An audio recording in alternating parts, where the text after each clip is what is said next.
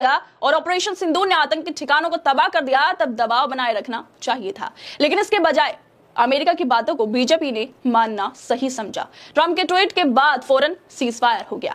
पूर्व सेना प्रमुख जनरल वेद प्रकाश मलिक के अलावा भी पूर्व सेना प्रमुख मनोज नरवणे ने सीजफायर के फैसले को लेकर कहा है कि जरूरी नहीं कि भारत हर बार आतंकवाद के खिलाफ तभी कार्रवाई करे जब कोई हमला हो। वो ट्वीट करते हुए लिख रहे हैं कि आज शाम 5 बजे से जमीन, समुद्र, हवा में सैनिक कार्रवाई का बंद होना एक स्वागत योग्य कदम है। हालांकि हमें स्थायी समाधान तक पहुंचने के लिए दूसरे मोर्चे पर दबाव बनाए रखना चाहिए।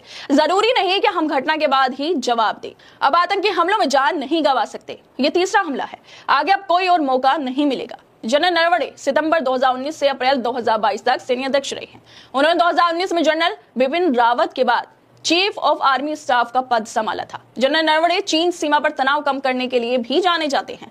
नरवणे की आलोचना बीजेपी के लिए इसलिए भी भारी है क्योंकि उन्होंने पहले चीन पर तनाव कम करने का काम भी किया है। वो जानते हैं कि सेना को क्या करना चाहिए, क्या नहीं, कब सीजफायर होना चाहिए और कब नहीं होना चाहिए। इससे पहले भी ऑपरेशन सिंदूर के बाद भारत के पूर्व आर्मी चीफ मनोज मुकुंद नरवणे ने अपने पोस्ट में लिखा था कि पिक्चर अभी बाकी है। भारत ने आधी रात को पाकिस्तान की नींद उड़ा दी थी। पहलगाम अटैक के बाद जवाब में स्ट्राइक कर भारत ने आतंकियों की लाशें बिछा दी थी। रात में करीब 1 बजे से 25 मिनट तक भारत ने पाकिस्तान में मिसाइलों की बरसात की थी।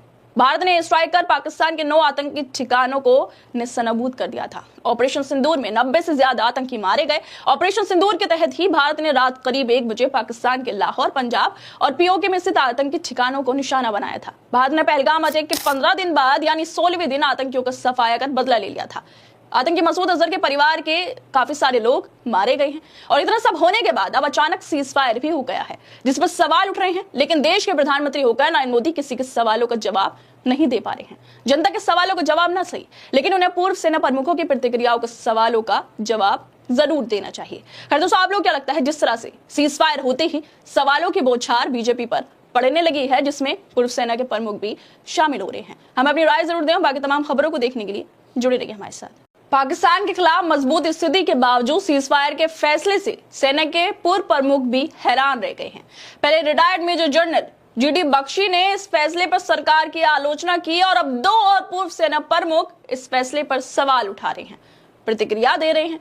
पूर्व सेना प्रमुख जनरल वेद प्रकाश मलिक और जनरल मनोज नरवणे ने 10 मई 2025 के भारत पाकिस्तान सीजफायर पर अपनी तीखी प्रतिक्रिया देकर मोदी सरकार की चमक को फीका कर दिया है। जब बीजेपी मजबूत भारत का ढोल पीट रहे हैं, तब इन दिग्गजों ने सवाल उठाया कि ऑपरेशन सिंदूर की शानदार कामयाबी के बाद ये नरमी क्यों।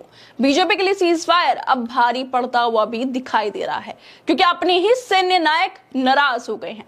जनरल मलिक, जिन्होंने 1999 में कारगिल युद्ध में भारत को जीत दिलाई, वो सवाल उठा रहे हैं। मनोज नरवणे चीन सीमा पर तनाव कम करने के लिए जाने जाते हैं, वो भी हैरान हैं इस सीजफायर को लेकर, क्योंकि सरकार ने पाकिस्तान को हल्के में छोड़ दिया है।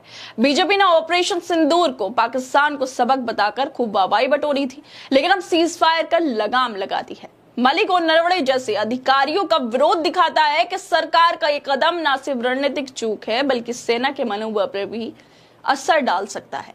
दरअसल भारत और पाकिस्तान के बीच सीजफायर का ऐलान हो गया। एक तरफ विपक्षी पार्टियों ने जहां सीजफायर कराने में अमेरिका की भूमिका को लेकर सवाल उठाए हैं, वहीं इसको लेकर 2 पूर्व सेना प्रमुखों का भी बयान आया है। उनका मानना है कि ऑपरेशन सिंदूर के दौरान भारत की स्थिति मजबूत थी और सेना ने पाकिस्तान को काफी नुकसान भी पहुंचाया था। ऐसे में सीजफायर के फैसले ने उन्हें हैरान कर दिया है।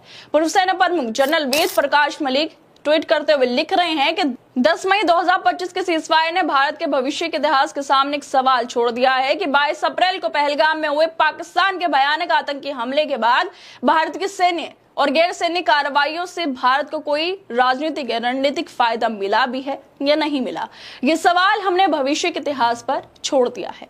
जनरल वीपी मलिक 1997 से लेकर 2000 तक भारतीय सेना के सैन्य अध्यक्ष रहे थे। वो कारगिल युद्ध के दौरान भी सेना प्रमुख थे, जब भारत ने पाकिस्तान पर जीत हासिल की थी। कारगिल के हीरो तक सवाल उठा रहे हैं, तो बीजेपी का सीजफायर के लिए हाँ करना कितना गंभीर हो सकता है। जनरल मलिक के तंज भरे अंदाज में कहा है कि सीजफायर से भारत ने क्या रणनीतिक फायदा किया है, ये सवाल इतिहास पूछेगा। उनका मानना है कि जब भारत ने पाकिस्तान की चाल को दुनिया के सामने ला दिया